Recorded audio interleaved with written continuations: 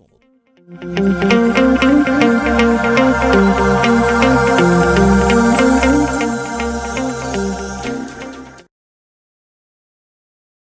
we are in real business. I give you like just overview about arrhythmia, the way it shows and the way you go, how it presents and how you deal with it. إيهاب بكر عبد الرحمن أو إيهاب طراوة إذاعة الأسرة، أستاذ قسم الطب الباطني جامعة الخرطوم وكونسلتنت فيزيشن in Sobo Hospital, interested in acute care medicine. I'm also one of the founders of Sudanese American Medical Association. I'm vice president also. So, objective of this talk is to recognize the clinical presentations of arrhythmias, to determine who need immediate intervention, and to know how to capture the rhythm. Sometimes arrhythmia can dance exotically in front of your eyes. You can see that it is knocking your patient, and you have no option other than to knock down the rhythm. On the other hand, you can see the shadow of the rhythm. It is dancing inside your patient, and you are not sure what is going on. And the patient is not sure. He's telling you many vague descriptions. Here, you need to think about arrhythmia. You need to capture the rhythm and to act appropriately. So, the spectrum of arrhythmia is from no symptom to sudden death or syncope and near syncope. In between, you get a lot of presentation, commonly palpitation and dizziness. But palpitation is not unique to arrhythmia. If you are frightened, you get them.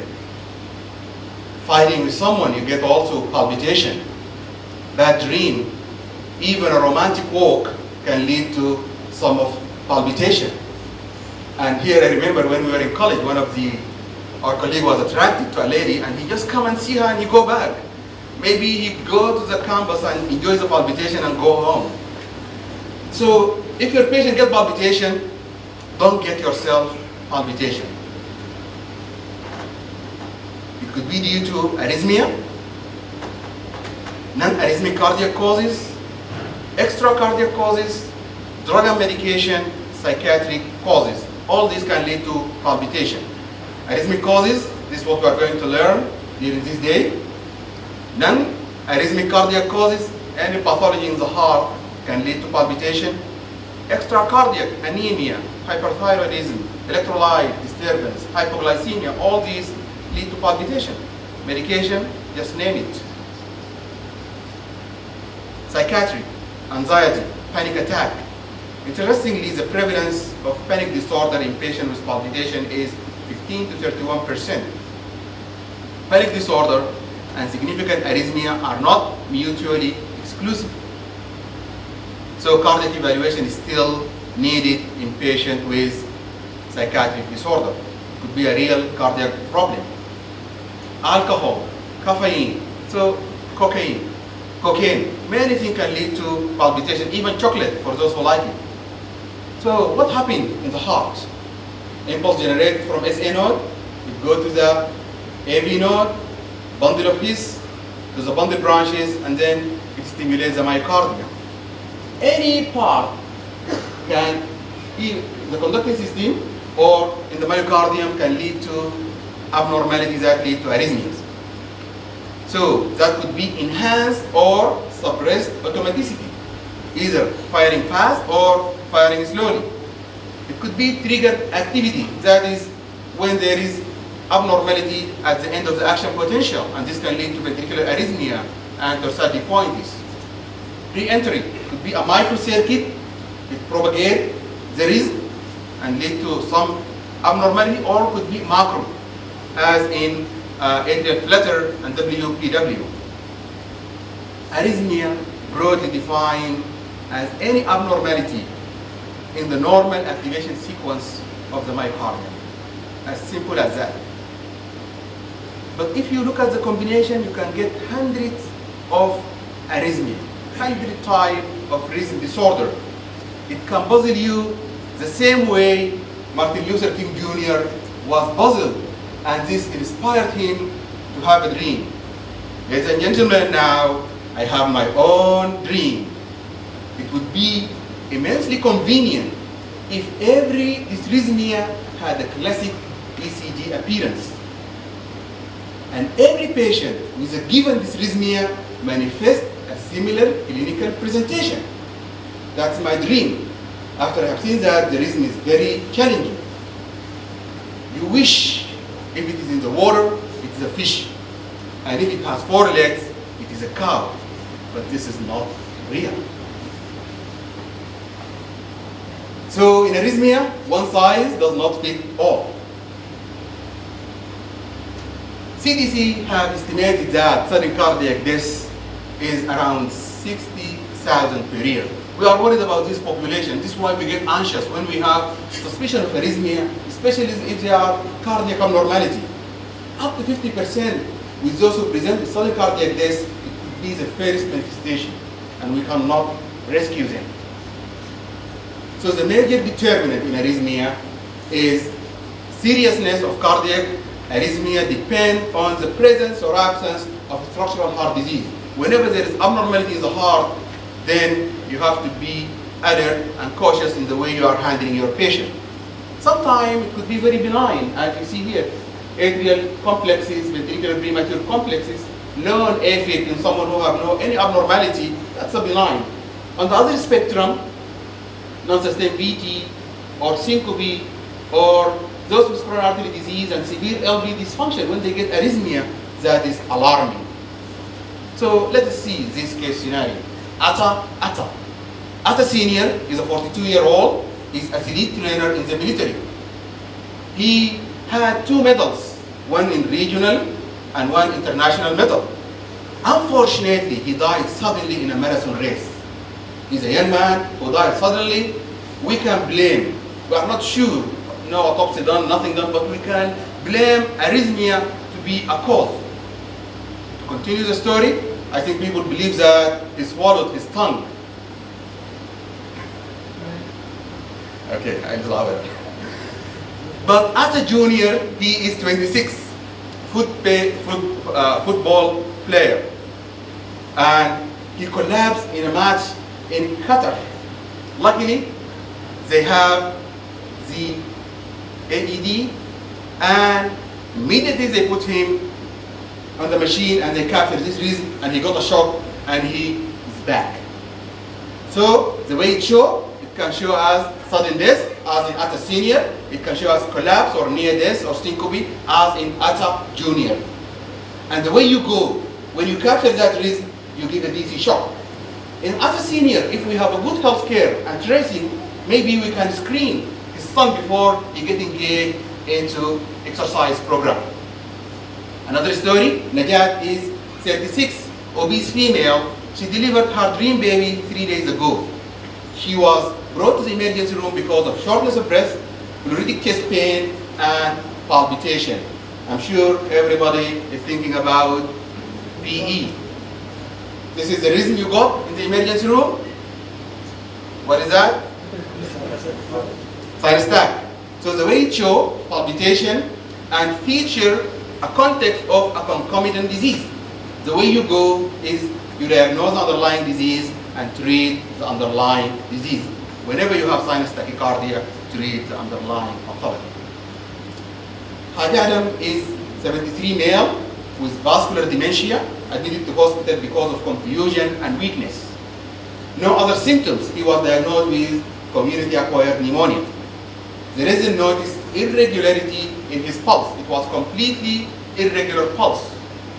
Then he maintained this ECG, and he diagnosed him as fast atrial fibrillation. The way it showed, asymptomatic from the rhythm, is symptomatic because of the pneumonia. Features of a concomitant illness. We treat the concomitant illness and we see if we have to get the rhythm down. The first thing to treat the illness, get the rhythm down, and then you need to stratify this patient if he needs further intervention like anticoagulation. This is the way it shows and the way you go. Ataa is known to have diabetes and hypertension, admitted to CCU with acute coronary syndrome. treated with aspirin, beta blocker, ACE inhibitor, heparin, atorvastatin. 12 hours later, he had brief run, we'll show that. He reported some palpitation and he remained hemodynamically stable. Blood pressure 110/70 and saturating 94%. This is the way it shows, symptom and abnormal rhythm. The way you go is treat the underlying disease, maximize your medication, maximize the surrounding environment, the electrolyte, and you might need to adjust the medication, and depend how long is the run, then you will decide if you are treat the rhythm or treat the surrounding condition. Then we have this gentleman, Abdul Wahid. Has frequent palpitation. He always feel an extra beat in his pulse. No chest pain, no diabetes, no hypertension, no smoking. ECG was normal in many occasions. He had a normal echo with normal LV function. He demanded Holter monitoring. He went on the internet and he searched and he asked for Holter, and it was also normal. So the way it showed symptomatic, recurrent in a normal heart. Here, I think you might stop and just reassure this patient, no further testing, but sometimes you might consider, if it is very alarming to him, to give symptomatic treatment. We have this lady, this gentleman, 22-year male, reported recurrent attack of palpitation. He was admitted to the CCU twice and diagnosed with ventricular tachycardia. One episode required DC shock. Exam was normal. While searching in his record, you found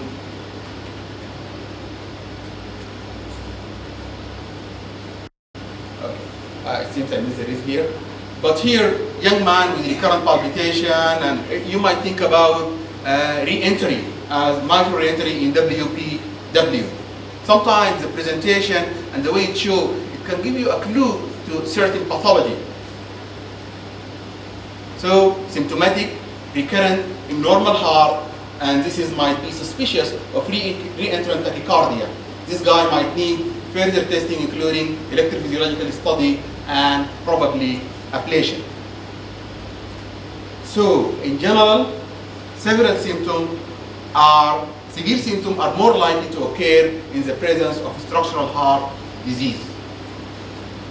Syncope in a setting of noxious stimuli such as pain, prolonged standing, or venipuncture, particularly when preceded by vagal type of symptom, diaphoresis, nausea, vomiting, suggest neurocardiogenic syncope. And here just you need to correct the hypertension and reassure your patient, and you don't need to do anything more. Occasionally, patients report abrupt syncope without prodromal symptoms, suggesting the possibility of a malignant variety of neurocardiogenic syncope. Let's see this lady. Susan is 54, high school English teacher. Has 3 episodes of syncope in the last 2 months. 2 days ago, she passed out while watching TV. She was sitting and she passed out. Exam, electrolyte, troponin, ECG, and 36 years monitoring on the ECG was normal. But when you did an echo, the ejection fraction was 30%. So this is alarming. Syncope, suggestive, a cardiogenic source. It happened while she was sitting, and she has structural heart abnormality. So the way it shows, it is symptomatic, recurrent and disabling in structural heart disease, and here further testing is needed, probably to rule out ischemia, and maybe you might go far as EP study. So, principles, the way you go in general. It's important to proceed with a stepwise approach. One size does not fit all. The goal is to obtain a correlation between the symptom and the underlying rhythm. To identify underlying abnormality in the heart or in the body, and to initiate appropriate therapy. It is the underlying process, or treat the rhythm if it needs to be treated. The way you go, assessment, history for coronary disease, history of myocardial infarction, risk factor for coronary artery disease, family history of sudden death, and cardiac exam might show irregular rhythm or premature beat. Examination, you look, examine the ECG for any conduction abnormality, QRS widening, previous MI, premature ventricular complexes, get an echo to assess the LV function, and sometimes you might need to proceed with stress test. And clue that you need further evaluation. You can see in all patients who complain of palpitation, ECG finding warrant further investigation or evidence of previous myocardial infarction, suggest structural heart abnormality, left or right ventricular hypertrophy, atrial enlargement, presence of AV block, short PR, interval, and prolongation of QT. Then you might need to do more workup for these patients. Sometimes exercise test to induce arrhythmia or to rule out ischemia is needed. You would like sometimes to capture the rhythm because ECG is a snapshot. You know what is going right now, but what is happening, you are missing that part. So sometimes you do a long monitoring of your patient, either by Holter monitoring, usually done for 24 or 48 hours, or by event monitoring. That's a device you attach to your patient. In Holter, it records continuously. While the event, when the patient presses the button, when he gets symptom, or if he has syncope, when he comes back, if he press, he gets recording for the previous few minutes. So this is the way you can capture the rhythm. And you would like to see if this rhythm is linked to the symptom. Many times when you do the Holter, you get abnormality, but the patient was not symptomatic. Always treat abnormality that is linked to the symptom, but some severe abnormality, it gets special attention. The yield of Holter is almost like 33 to 35%, while the event can give you higher yield, 66 to 83% in capturing the rhythm. Let's see this gentleman, rapid heart palpitation associated with dyspnea. This is in a 40-year-old man. His symptoms are acute and progressive. In ER, you found this rhythm.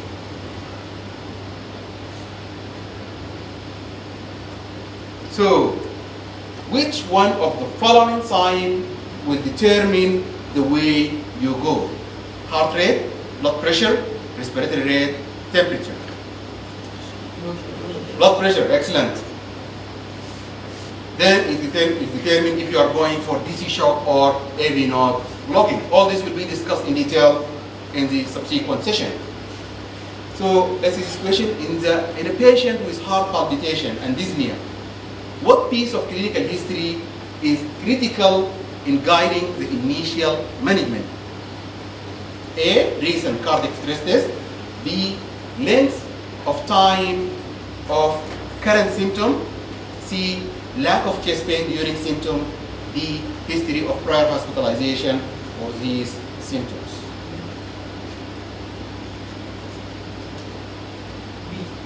B, length of time of current symptom. This question was linked to the previous. So if that guy is AFib, then this will determine the way you go, in addition to the rhythm control or rate control about if you are going to anticoagulate or not. Take home message, determine if you need an immediate action, get a good history and exam, examine the ECG for any abnormality. Is it in a good heart or a structurally abnormal heart? Think outside the heart. Do you need to capture the rhythm by monitoring device? So this is the way it shows. Please determine the way you go, and thank you for going the right way. Thank you.